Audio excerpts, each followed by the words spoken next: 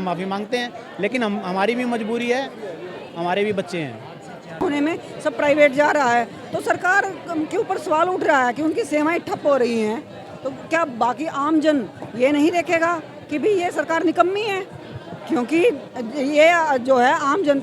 हरियाणा में गुरुवार यानी 25 जुलाई से सरकारी डॉक्टर हड़ताल पर हैं। ऐसे में सरकार के सामने स्वास्थ्य सेवाओं को दुरुस्त करने की चुनौती खड़ी हो गई है। अब डॉक्टरों के बाद एनएचएम कर्मचारियों ने हड़ताल पर जाकर सरकार के साथ साथ उन मरीजों की भी टेंशन बढ़ा दी है जो कि सरकारी अस्पताल में इलाज के लिए आते थे। आज यानी शुक्रवार से एनएचएम कर्मचारियों ने भी सरकार के खिलाफ मोर्चा खोल दिया है, जिससे पानीपत के सिविल अस्पताल में आने वाले मरीजों को बिना दवा और इलाज के वापस लौटना पड़ा। बता दें कि एनएचएम कर्मचारियों ने ओपीडी ब्लॉक के बाहर दरी बिछाकर अपने धरने को आगाज दिया।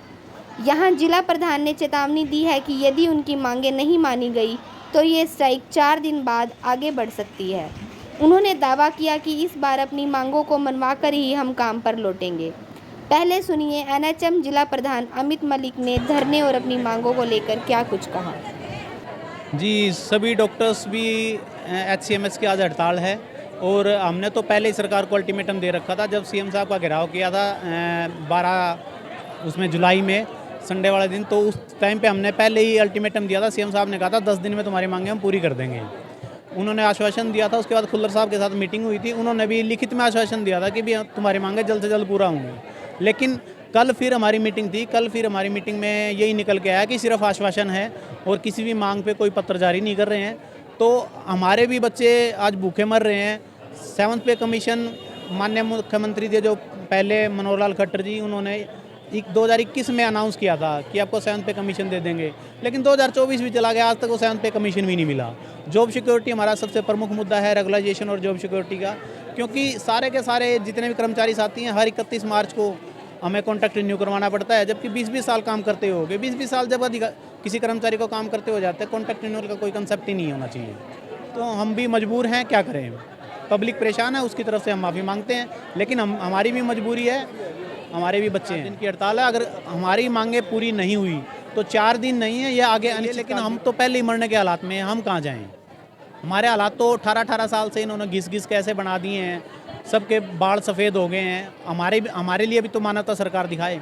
हम अभी उठ के जाके काम करने के लिए तैयार हैं, हमें कोई प्रॉब्लम नहीं है, लेकिन सरकार भी थोड़ी सी मानवता दिखाए। जो भी हमारी रेगुलाइजेशन की पॉलिसी ये बना रहे हैं उसमें हमें शामिल करें, जब तक हमें जॉब सिक्योरिटी दे, 7th पे कमीशन का लाभ दे।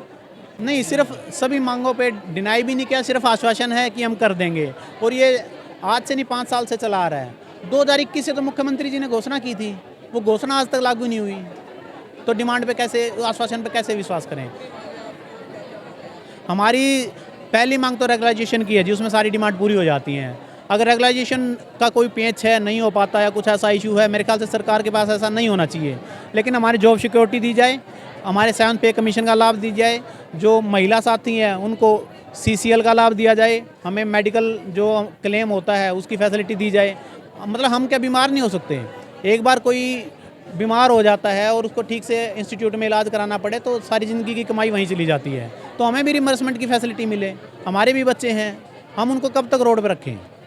ज़िले में हमारे 350 के आसपास कर्मचारी हैं, जिसमें से 300 प्लस कर्मचारी यहाँ हैं, और पूरी स्टेट की बात करें तो 16,000 कर्मचारी हैं, और आज का जो हमारे पास आंकड़ा है वो 13,000 प्लस का आंकड़ा है कि 13,000 कर्मचारी साथी आज दरी पे हैं। एक और महिला कर्मी ज्योति आर्या ने सरकार को क्या चेतावनी दी। हमारा तो देखो बिल्कुल, उस दिन भी मैंने कहा था, आज से कहते हैं सिर्फ और सिर्फ रेगुलाइजेशन, उससे पहले कुछ नहीं। रेगुलाइजेशन चाहिए, जो हमारे को उन्होंने 2018 में हमारे संघर्ष के बाद जो हमारे ग्रेड पे दिए थे उनको वो रिवर्ट करना चाहते हैं।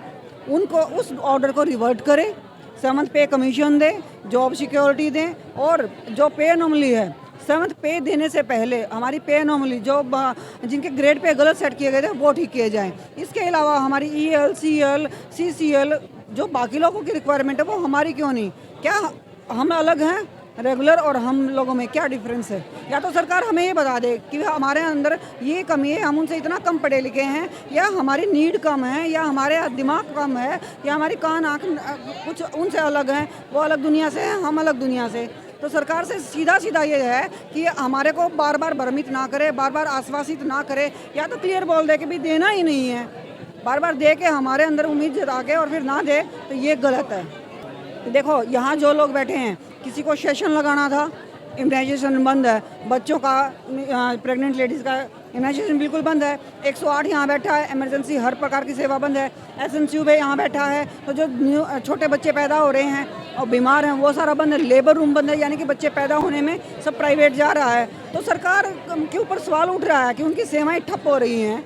तो क्या बाकी आम जन ये नहीं देखेगा कि भी ये सरकार निकम्मी है, क्योंकि ये जो है आम जनता की सेवाओं को दुरुस्त नहीं कर पाई।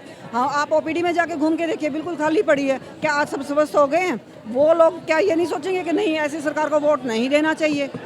आम जन पे भी इसका पूरा इफेक्ट पड़ेगा। नमस्कार भारत की सरकार को अपील। देखिए, हड़ताल का सबसे अधिक असर मरीजों पर पड़ रहा है। सरकार की सेवाएं जहां बंद हो जाती है वहां सब कुछ फेलियर दिखाई पड़ता है। अगर यह हड़ताल आगे बढ़ती है तो निसंदेह इसका असर और अधिक पड़ेगा, क्योंकि इस समय चिकित्सक भी हड़ताल पर हैं। ऐसे में समस्या और अधिक बढ़ जाती है।